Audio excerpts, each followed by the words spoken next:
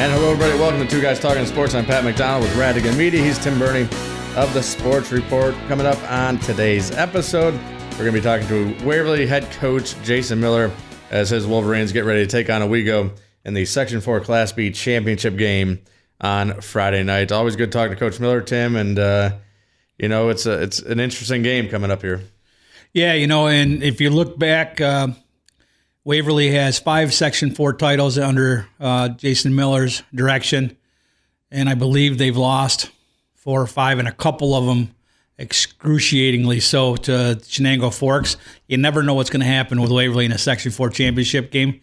I think this should be a good game. I don't expect a lot of points. If there's a lot of points scored, I think Waverly wins. I think Owego needs to keep it low scoring. They just haven't shown they can score a lot of points this year.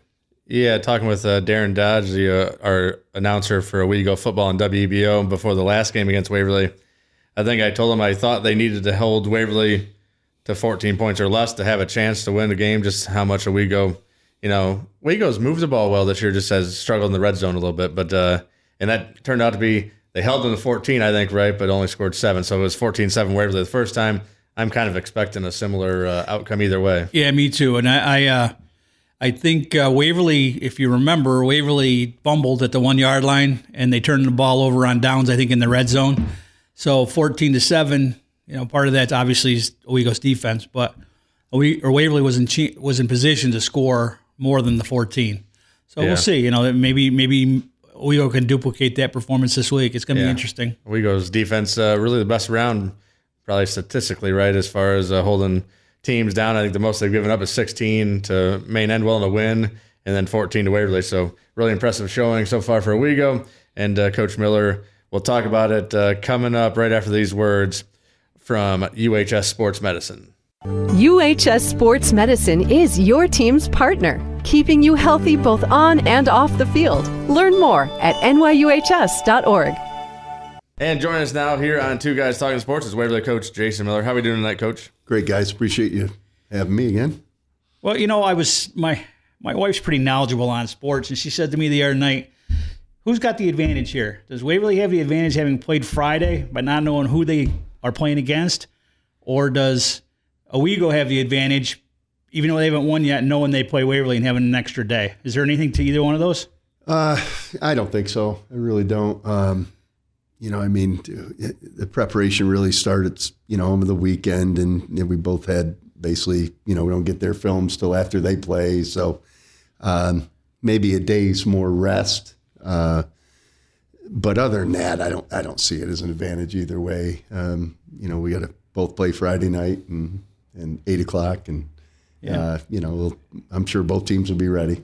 You've already got a game plan from the first time you played them, plus any adjustments you made at halftime. How much of that goes into what you're doing now? I think you hope it goes into it. They had some success at certain plays, and certainly we have to focus on that. But they've kind of changed week to week at certain things they do, formation wise, and seem to have a lot of different guys that can touch the ball. Number 18's come out of nowhere in the last few weeks and really had an impact on games.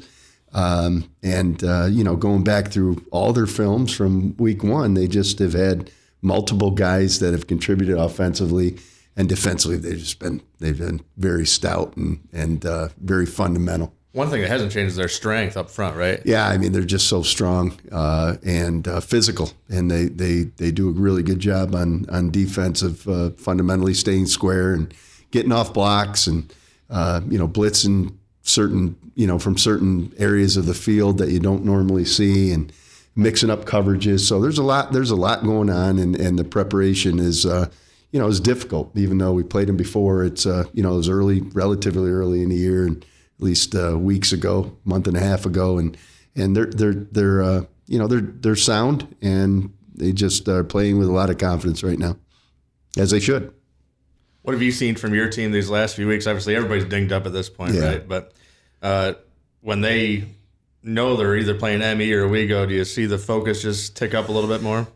It's a kind of a strange team. They're pretty low key. There's always there's a cast of characters that when game comes around, they're a little more amped than others. But it was a very typical Monday, back on the field, a little cooler than it's been, and, a lot of install stuff. And I think by Friday they'll be ready to go. History says that Emmy's going to win that game Saturday. Yeah. Were you surprised at all? I really wasn't surprised at the outcome. I really felt going and watching that game that either one of those teams could certainly win. Surprised at the manner in which they won, with a return kickoff in the opening, the opening kickoff, turned it for a touchdown. Being down, getting a pick six late in the game, just incredible shifts of momentum. And I think they only ran 38 plays, but again, their defense was really good. And they made, you can talk about it all the time. You got to be good in all three phases of the game. Their special teams have been very good all year. I mean, and this is going back several years now. Their kick return is very dangerous. The one score they did have against us in the game back in October was set up by them returning a kick to the 47-yard line and getting into our territory and putting together a nice drive. So there's a lot to prepare for, and just a multitude of ways that they get certain guys the ball. And Farrell has really come out of nowhere and added another dimension in the pass game just by getting him the ball in space, or as he improved with his really good speed, catching the ball downfield and outrunning everybody.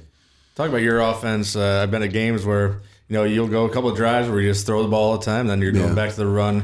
Is it just, what's the identity of this team? Have you found it yet? No, we really haven't. And it's interesting because, again, and I've said this so many times, it's a broken record, but it's really how is the defense adjusting? Where can we attack? And so we'll go weeks without throwing the ball at tight end, and then there'll be. Now, what's happened is they're certainly paying more attention to Justin Matthias at tight end and catching the ball. So, but it's softened up defense a little bit.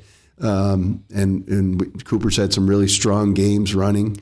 We are missing our starting right tackle. That's put a little bit of a crimp in the type of plays you call and where you're running the ball.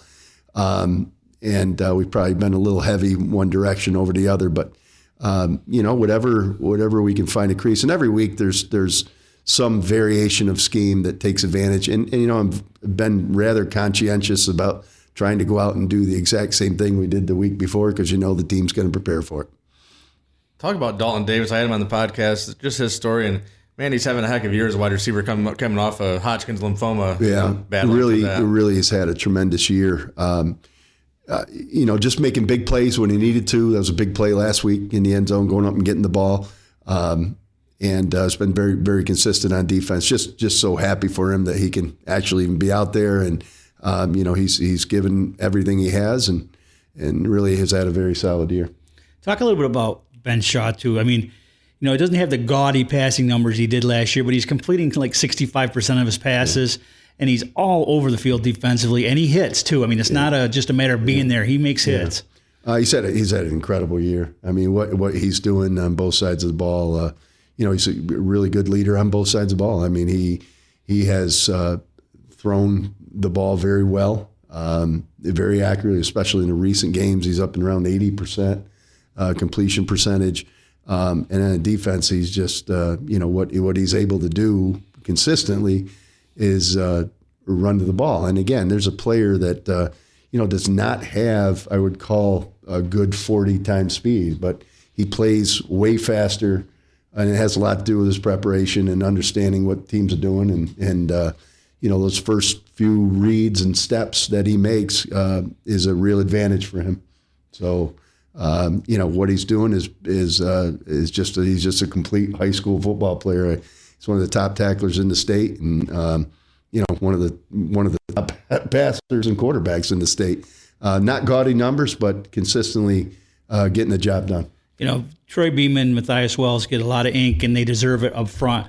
Derek Johnson's a pretty solid ball player for you too. He's really come on. Derek has been, he's a tremendous leader by example. Works harder than anybody. He just is enthusiastic all the time.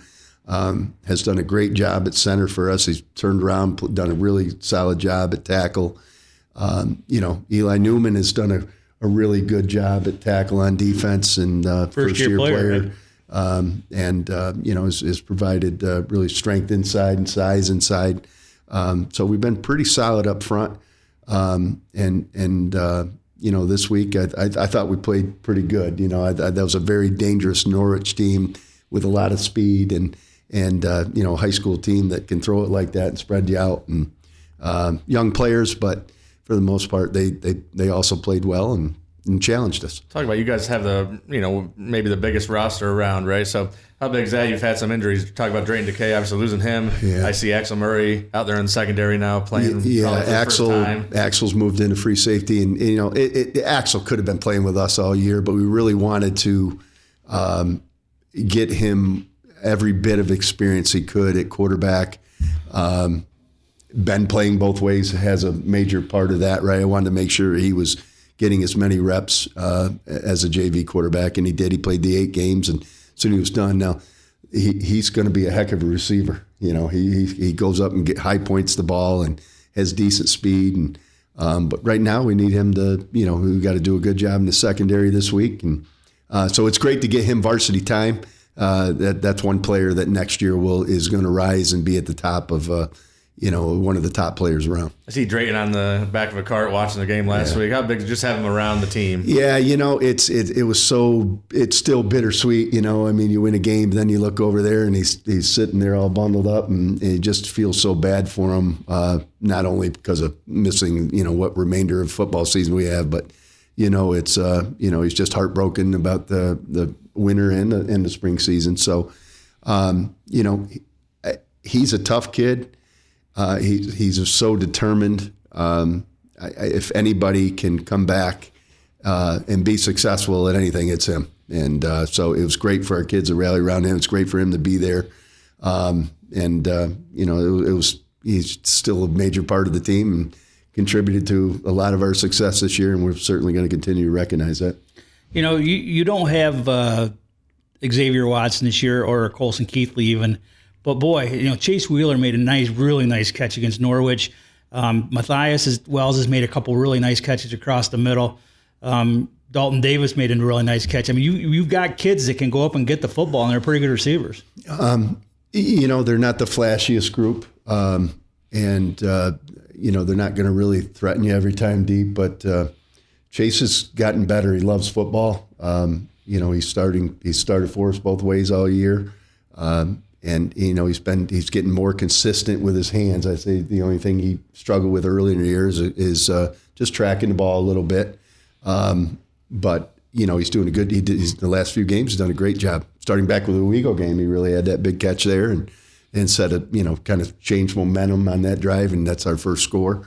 But he's been a very good player, and he's going to move. He had to move back to corner. He had to move the corner when we brought Axel in, Drayton getting hurt, and has done a fine job. Let's talk a little bit about Owego. What's your biggest concern heading into this game? Sheer, of course, but they've done so many different things. You just don't know what you're going to get, and there's a couple things that they hurt us with that we certainly need prepared for. I'm sure they see it, and their strength up front. And I think that's a really dangerous team because of the tremendous amount of confidence they're going to have, not only throughout the year, but that's a big win for them. And I think some people say, well, maybe they're going to have a letdown. So I think it's a big boost for them in confidence, and they were already a confident team to begin with. But Patton's done a great job. They're prepared, and defensively, our biggest challenge will be moving the ball and not letting Shear get. But there's other weapons, right, that they have kind of not been on paper very productive, but you have to account for all of them. Yeah.